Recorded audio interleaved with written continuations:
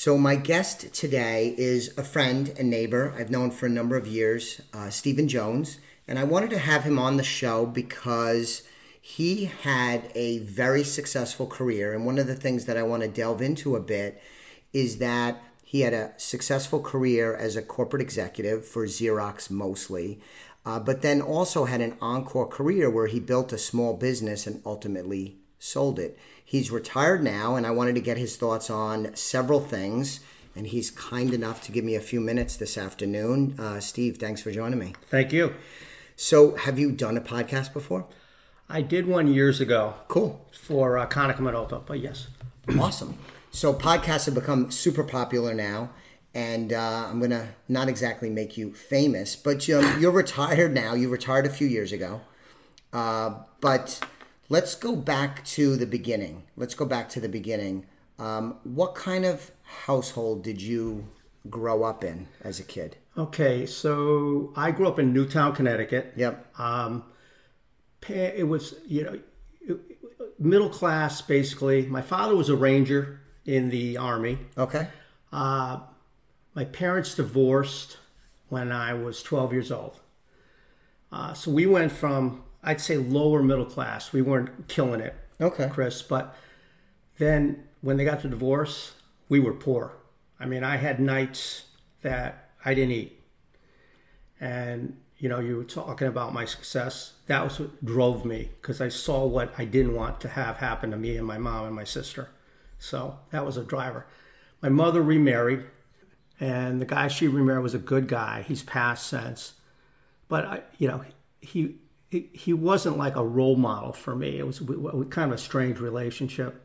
I see. But I became, very independent very quickly in life at 13 years old, basically, that I had to start getting my act together quickly. I could see that. So I wrote down questions in preparation for this discussion, which, again, I'm super excited about. Sure. But the second question was going to be, what did you learn about money growing up? And it sounds like you already talked about this decisive event at 12, 13, that financial insecurity. Can you talk a little bit more about, you said it drove you. Yeah. What do you mean by drove you? Okay, so I saw what it was like not to be able to eat. Mm-hmm. I would go to school with the same clothes every day. There would be kids that would make fun of me, all that good stuff. I mean, life is life. I can imagine. But I was very fortunate. My mom's side of the family, I had two uncles that were very successful. My Uncle Harold, who went to Yale, who started an appliance business out of it. They lived in Cheshire, Connecticut. And he was a role model for me to see. I saw how well they lived. Mm-hmm. They had a beautiful home in Cheshire, and another home, beach home in Westbrook, Connecticut. And then my Uncle Everett, who was a colonel in the Army, ended up being an executive at Scoville out of Waterbury, Connecticut. And they had a home in Cheshire, and he had a lake house in Wolcott, Connecticut, on Hitchcock Lake. Beautiful lake. So I got to see those two and how well they were living and how much fun they were having. They were, traveling all over the world and everything. And I didn't even know. I mean, it was I'll never forget, first time I went out to eat, I don't know if you're familiar with Connecticut at all, we went to Jimmy's, Savin Rock. Yes, in West Haven, Connecticut. That was fancy, yes. That was fancy to me. And I had fried shrimp, and my Aunt Vi, Uncle Harold bought me that, and some ice cream stuff. And I started appreciating, this is where I want to go with my life. So would you say you emulated one or both of your uncles? Both of them in different ways. Okay. I mean, certainly I'll never be what they were. They were great guys. So they were good role models. Did they, you had this financial insecurity, that lesson that drove you.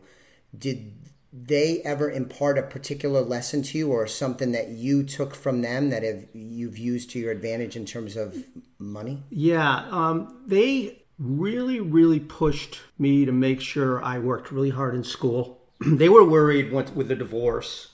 You can go a lot of different ways. I don't know if you've ever been involved in a divorce or anything. I hope you're good. Yes. Good for you.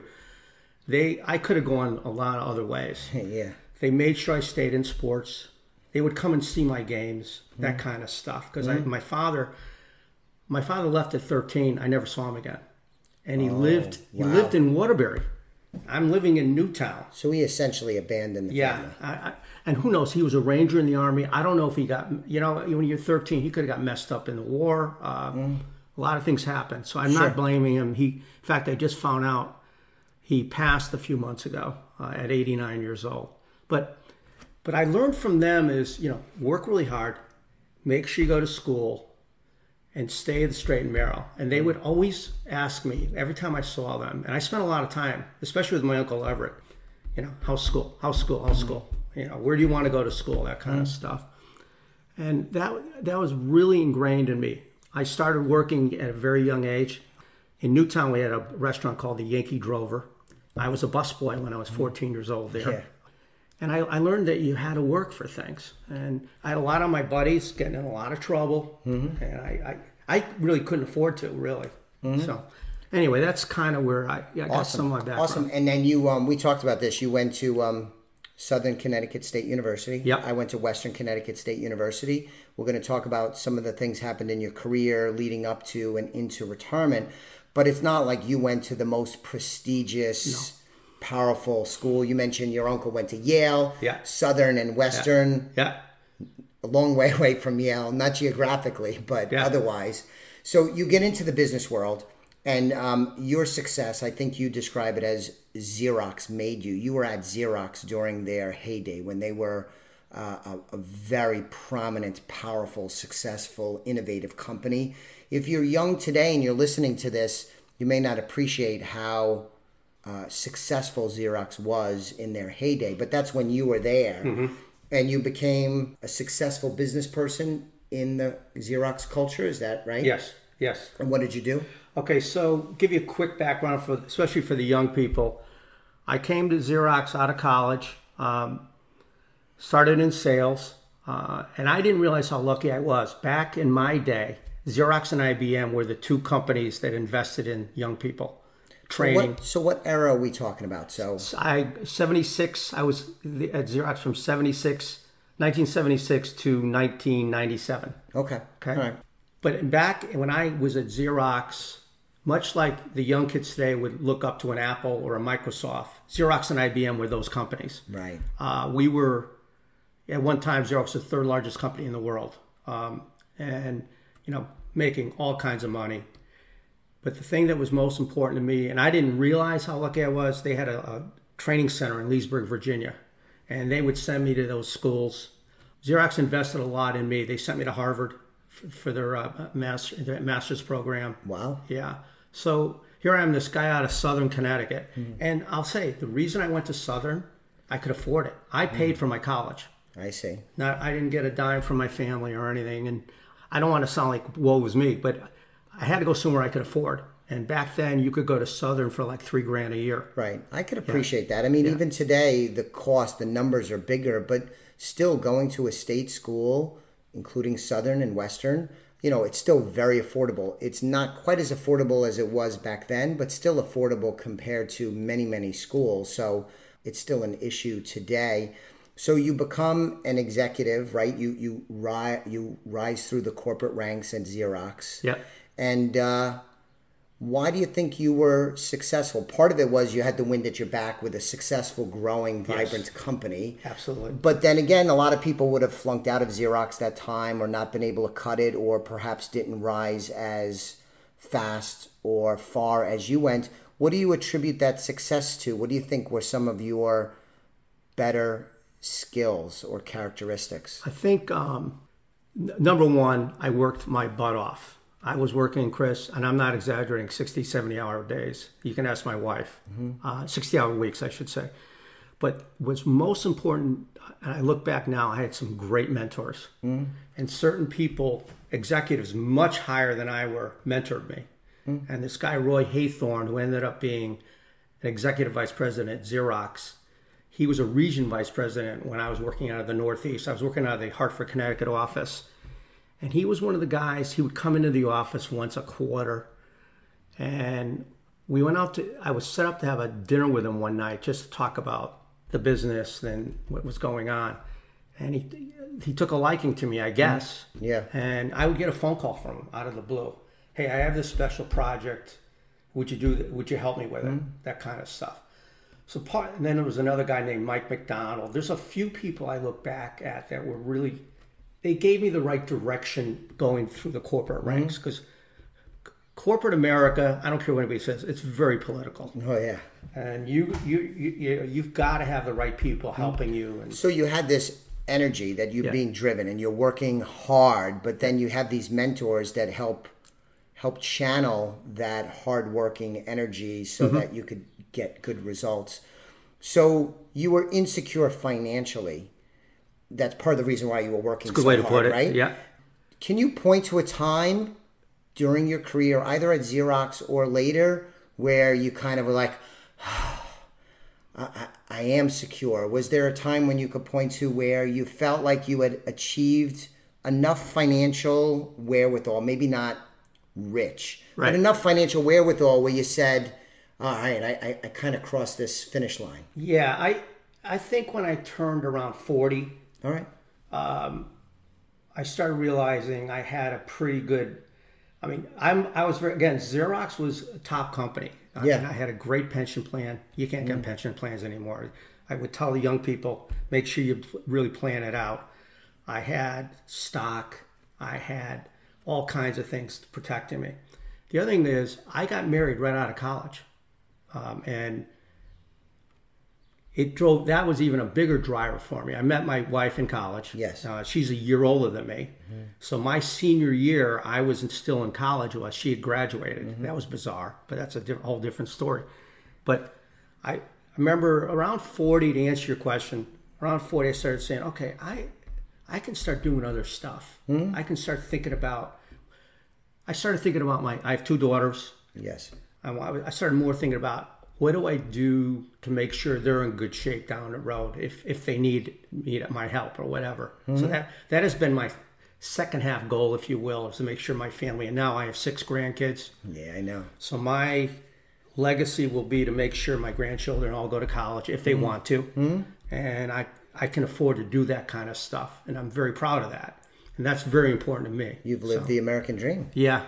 So you have a successful career at Xerox. I think you said you left in 1997. Is that right? Yes. So did that end the corporate phase of your career? No, I left Xerox, and little timing here. When I left Xerox in 97, we talked about the golden years. They weren't so golden those last few years. Company had gone through a lot of hard times.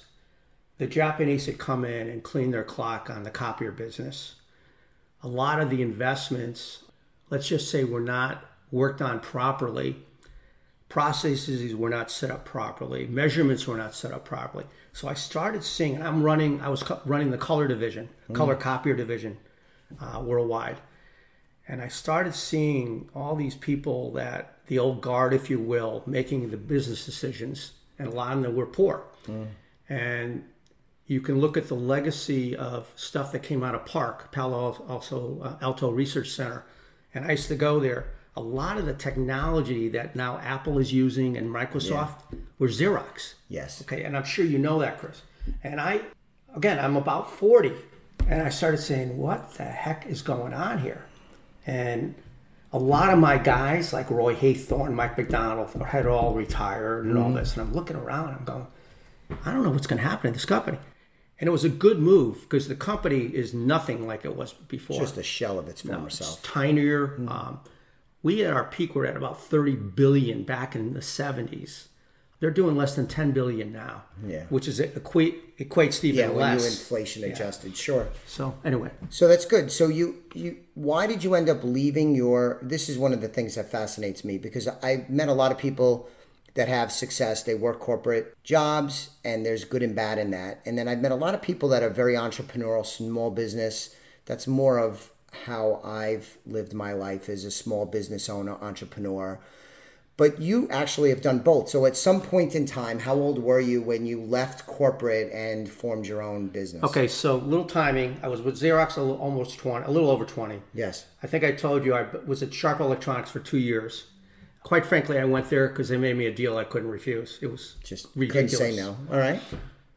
Found out 2 years in, the culture wasn't, and the guy that brought me in was a good buddy of mine from Xerox. His name was Joe Ricard. He left, and I said, it just wasn't the right fit. Not a bad company, by the way, but it wasn't where I wanted to go. Was it a bad decision to go there? No, because I learned a lot about the Japanese culture. I spent a lot of time in Japan. Sharp's headquarters is in Japan. I learned a lot. I made a lot of good business contacts. Very good. So from And there, they also paid you a lot of money. handsomely. Yes, I got a few bags, but then I went to, because of my reputation at Xerox, this guy by the name of Yasu Matsumoto, who was the CEO for Konica Minolta in the United States, was trying to get the color division going.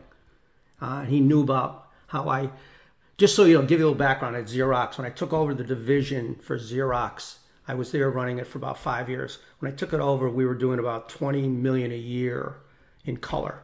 When I left, the division was doing about $1 billion. So he had gotten wind of that. So when I left, I got a phone call from Yasu, and I still stay in touch with him. And I spent the next 10, 11 years, at first starting with the color division, up to the point where I became the executive vice president and then president of the company for the United States. And it was all because of Yasu. So the Sharp experience taught me a lot about how to deal with the Japanese, because I was spending so much time.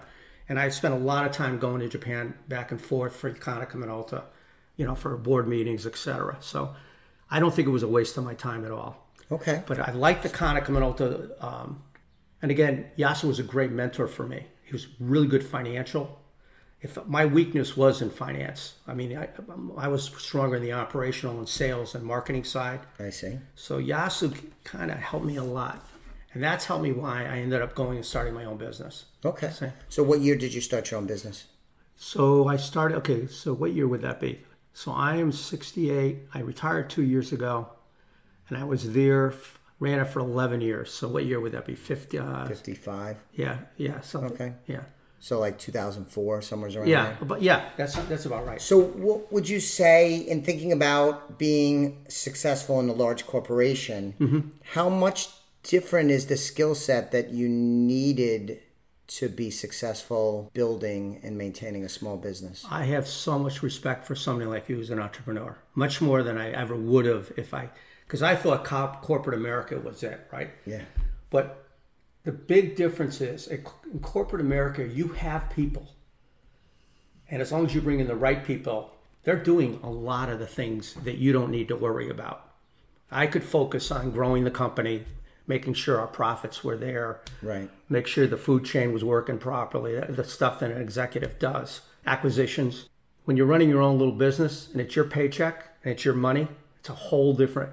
my decisions, that's the big difference. I had a bag of money to do what I needed to do to run a big corporation. Yeah. All of a sudden... You had to bring your own bag. This is my bag, and I've got a wife and kids, and... This sounds corny. I really care about my people. You can ask my wife, a lot of people I worked with and for, and they worked for me or however you want to put it, I still stay in touch with. Yeah. Yeah, so my big worry, Chris, and I'm sure you can understand this, my big worry when I was running Aztec was, how do I make sure I take care of these people? I didn't want to build this business and all of a sudden have them all come in one day and there's a reduction in force or whatever, which I went through quite a bit. And at Xerox. Yeah, Xerox and Konica Minolta. Yeah. At Xerox, when we were hitting the bad times, we had to get rid of half our sales force. And I was involved in making the decision of who the people were. That's brutal. You don't sleep. If you're not normal. I know some people don't. So anyway, that's the big difference. So I had to do a lot of the stuff myself. All of a sudden I'm sitting there learning what you need to put on a service truck. I didn't even know what a service truck looked like. Now, you've told me that you had financial security before you started your business. Yes. Right? Yes. So it's not a situation where you started a business and it was all on the line. If the business failed, you would have been, that you didn't take risk. I imagine there was risk, but it wasn't all on the line. No, I wasn't worried about paying the bills. But I was worried about, one, you don't want, Chris, you own a business. You don't want to lose money, right? You got to remember, my end goal was to make sure I take care of my family and my grandkids. So I didn't want to make a lot of stupid decisions. But it was more about just the pride of winning. Obviously you've been successful. I hate losing. That's my wife. I have trouble playing ping pong. I saw your ping pong table downstairs and losing. Yeah. No, it's just... so that was it. But I was more, as I got more into the Aztec culture, and we started with me, and I started the business with 6 employees. Mm-hmm. And I left, we had 130. So did you still have, when you started the business, you're what, 55, 56 years old, thereabouts? Yeah.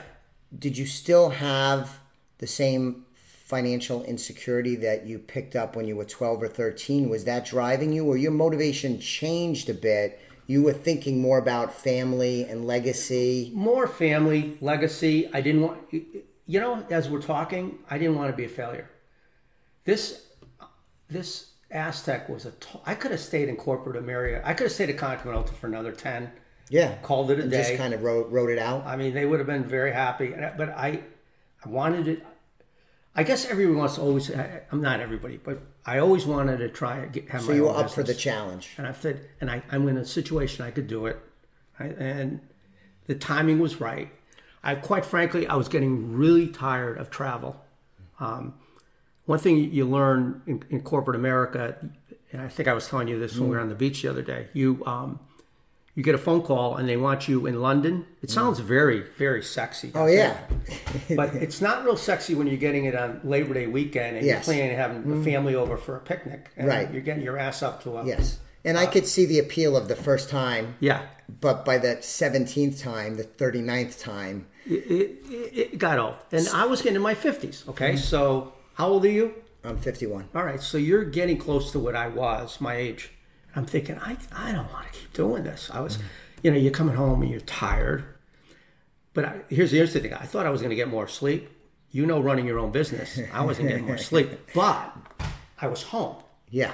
I mean, we opened offices throughout the Northeast, but I could be home almost every night. And you were energized by the experience, yeah. The new challenge, wanting to win, the competitive juices. And all right, that's good. Good. So let's switch gears slightly. When did you start planning for your retirement seriously? I imagine, because you were with Xerox, we already mentioned you had a pension, you had stock options. I imagine, I'm guessing, just given your background, you were probably always a saver, always living beneath your means. Is that a fair assessment? Absolutely. When did you start thinking about, hey, let's take a look at where I am retirement-wise and what retirement's going to look like, and maybe paying more attention to it? I would, actually, honestly, about 10 years into Xerox. I was about 30. All right, so young. Yeah, and you know what? I was, again, Xerox, we had so many resources, Chris. Now, we have, let's see, I took over the division. I was there for 20. I took over that division about 15 years in. But before that, I was running the Northeast region. So I had resources available to me that would meet with me on planning. Mm-hmm. They offered it to the executives. And so I was lucky, because I don't think if I had that available, I'm not sure I would have done it, right? Mm-hmm. And I'll never forget this guy sitting down with me, and he started plotting my plan out. Right, doing a forecast. What do you want, how much money do you think you're going to need? How much do you want to, you have to ask yourself, how much do you need to live, right? And I mean, I see people having to make major adjustments. And some very successful people I know have had to make major adjustments because they just didn't save. Mm-hmm. They didn't plan it out properly. They didn't make the right investments. I didn't want to do. So I started around 30. I got really serious around 40. Really serious. Okay, I got to be very conservative. So that's kind of the same time when you felt like you had gotten to a point where it was like, I could relax a little bit. That insecurity, that drive, it changed a little bit at 40, and then you start looking to the second half. I think you used that term, right? So that makes sense. So let's talk a little bit about some advice you would give. Do you have any rules on handling money? Some guiding principles that you and your wife have used over the years? Yeah, I mean, I would tell you, I'm very conservative. Much more conservative than my wife. But my wife came from a much more, let's say, her family had more money. Mm-hmm. So she didn't grow up worrying about things like I did. But I also will tell you, she kind of was a good fit for me, because she wasn't as afraid as I would, for example, to take a risk. And I'll give you an example. I think I told you we lived in Newtown, Connecticut. I started doing well with Xerox, and I started sensing, okay, this could be a really good career. We would be coming down here to Misquamicut every summer with the kids, and we'd rent a cottage here and there, much like you did. Yes. And cottage up the street went up for sale. Yeah. I was 28 years old. I had no business. I still had my mortgage. We were living in South Windsor, Connecticut this time. I was working out of the Hartford office at Xerox. I had no business buying this place, but I had a really good year, had a good bonus, and we bought it. I don't think I would have bought it without my wife, Nancy, saying, Steve, let's buy this thing. Because I was much more conservative. I would have taken the money, put it in the bank somewhere. It was the smartest thing I ever did. And it was a good investment too, right? Because you got to enjoy it. You and your daughters, your family, I assume friends and family visited you, and the property would have gone up over time, so not a bad deal. Do you think that your rules on handling money have changed in retirement compared to, let's say, the encore career with running a business? Has it evolved at all? You know what's interesting now? I'm certainly not worried. I don't think it hasn't really changed that much. I mean, we haven't changed anything in our lifestyles. As you know, we just bought a home down in Naples. I'm doing more to reward Nancy and I. Instead of just worrying about the kids and the grandkids. I think that's smart. I mean, you want to and fully enjoy this chapter, this phase of your life. One of my big goals now for my daughters is to make sure Nancy and I are not a burden. And what I mean by that, financially. And one thing I talk to people about is making sure the parents are well set up. Yeah. Because it gets real expensive. It gets expensive, and it's a burden. I'm part of the sandwich generation where, you have some responsibilities, if you will, with parents, but then you also have your children.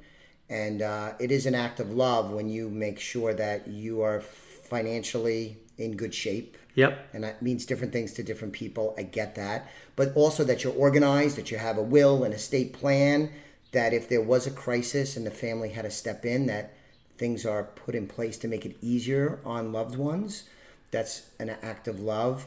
And to prepare for contingencies if there's a health problem, there's a number of ways to do it. There's not one size fits all, but that's all really good. You're doing a service to your children and grandchildren. Yeah, Chris, you're bringing up some really good points.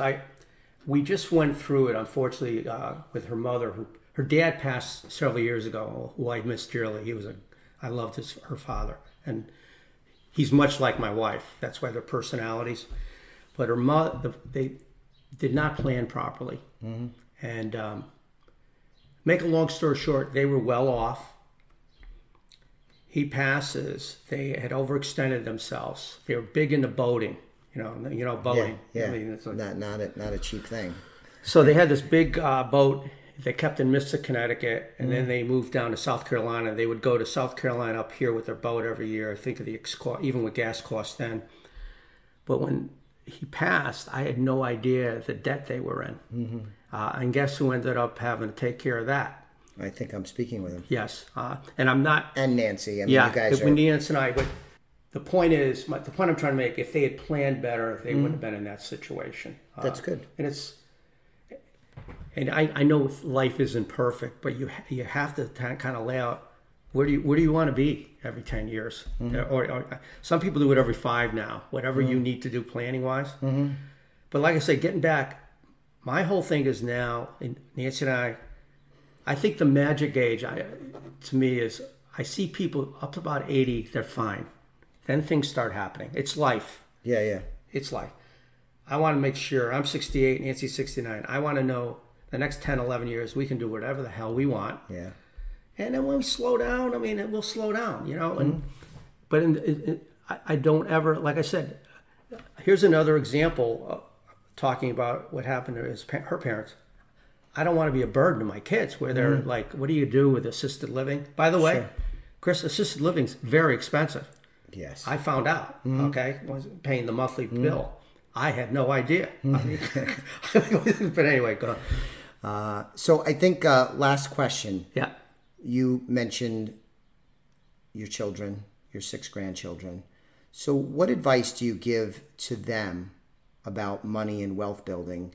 It's different for them because I imagine they grew up in a household that was not like the household you grew up in. Mm-hmm. Maybe not, lifestyles of the rich and famous. Right. But part of your success was working so hard, that drive.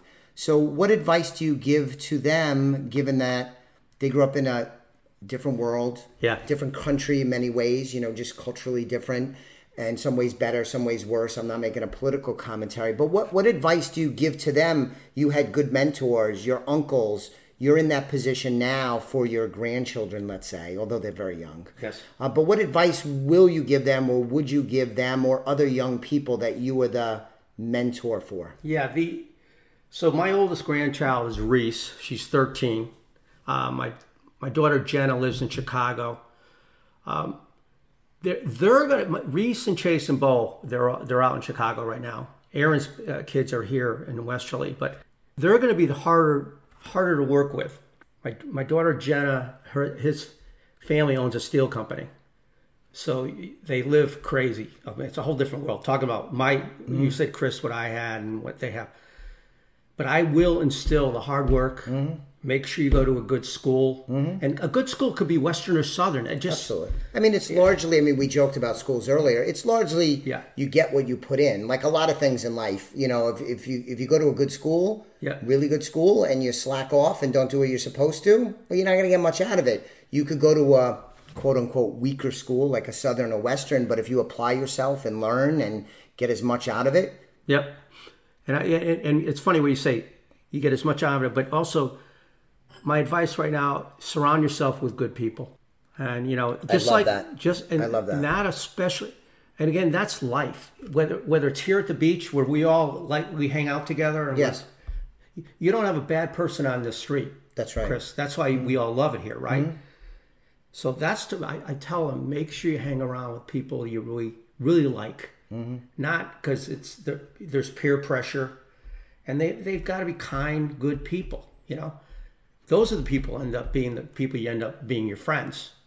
So I talk about that, but the most important thing is to work really hard and work hard at what you want to be. Whether it's a dentist, I don't care if you own a garbage company, as long as you really like it and you're good at it. So that's the thing I'm trying to instill in them now. I love it. I'm pop-up to them. They have no idea, Yeah. They can't. But they will come to know your history, your resume, your upbringing. With the oldest being 13. Yeah. For the most part, that's not age-appropriate stuff. And I imagine, if a 10-year-old grandchild, you start talking about your career at Xerox, it won't go well. I don't think Chase and Reese would, Bo would listen to me. But you know this. You have children. They slowly pick up on your stuff. Big time. They see who your friends are. They're not. They see what's going on. So they see when people come over. They see the kind of people we hang around with. And I don't want to sound snobby here. I just want good people. I don't care how much money you have. You're not judging them by their wallet, but you're talking about good people. In fact, I find it very insulting. For the world I came from, what a hypocrite I would be, right? I just want them to see that there's so many good things they could aim toward. Make sure whatever your goal is, whether it's sports or you want to be the best guitar player in your high school, whatever it may be, do the best you can. And you're not going to be the best always. And that's kind of what I'm telling them now. And, we were talking about, I'm sure you've had your failures at work. I've had. Oh, yeah. I mean, they weren't all pretty. No. I spent a lot of money on some investments and some things that, especially at the work level, that but that's how you learn. I mean, if you play the game hard, life, family, business, if you play hard and you have aspirational goals, you're going to take your lumps. It goes with the territory. And anything you ever read about somebody that's successful, wildly successful, they'll spend a lot of time talking about their failures, their setbacks, what went wrong, and how they overcame it. It's part of the American dream. It goes with the territory. If you think about it, as long as you accept that you had a failure. The people I don't understand. They're in denial. It's always somebody else. Oh yeah, big time. Am I wrong? Especially today. So the other thing, and I know we're closing here, but the other thing I will, as they get older, I want to make sure they have a balanced lifestyle. It's very important. Obviously, work is important, but I made a point. My daughter Erin played at Division I Providence College soccer. I didn't know that. On a scholarship, and I would be wherever the hell I was that week, and she was playing at Notre Dame. I flew in for that game, and I knew it meant a lot to her. And it meant a lot to me. Heck yeah, of course. Playing Notre Dame. Notre Dame at the time was number 1 in the country, and they lost. Providence lost 1-0, but she played a hell of a game. But my point is, you got to do those things. I had executives that I work on. What are you, nuts? You're going to fly all night to go to a soccer game? No, seriously. Oh, yeah. And, I'd fly to Miami. This one, Providence was in the Big East, Miami, and we got to go see all these great games. And it just meant a lot. Nancy went to every game. Sure. So, which I'm so happy she could. That's good. Yeah, so we got to do a lot of good stuff. Awesome. So balanced lifestyle. Well, thank you so much. As I said at the top, I was really looking forward to this. It was a great discussion. I'm sure it's not going to be the last. It may be the last recording it, but we're going to continue to talk. Sure. And it's great getting to know you. And I learned a lot about your backstory and the evolution of Steve Jones. So this was great. Thank you. Thanks for having me. The views expressed are not necessarily the opinion of SagePoint Financial Incorporated and should not be construed directly or indirectly as an offer to buy or sell any securities mentioned herein. Investing is subject to risks, including loss of principal invested. Past performance is not a guarantee of future results. No strategy can assure a profit nor protect against loss. Please note that individual situations can vary. Therefore, the information should be relied upon when coordinated with individual professional advice. Please note, the information being provided is strictly as a courtesy. When you link to any of the websites provided here, you are leaving this website. We make no representation as to the completeness or accuracy of the information provided at these websites, nor is the company liable for any direct or indirect technical or system issues or any consequences arising out of your access to your use of third-party technologies, websites, information, and programs made available through this website. When you access one of these websites, you are leaving our website and assume total responsibility and risk for your use of the websites you are linking to. Securities and advisory services are offered through SagePoint Financial Incorporated, member FINRA SIPC. Insurance services offered through Elliott Wealth Management, LLC, not affiliated with SagePoint Financial.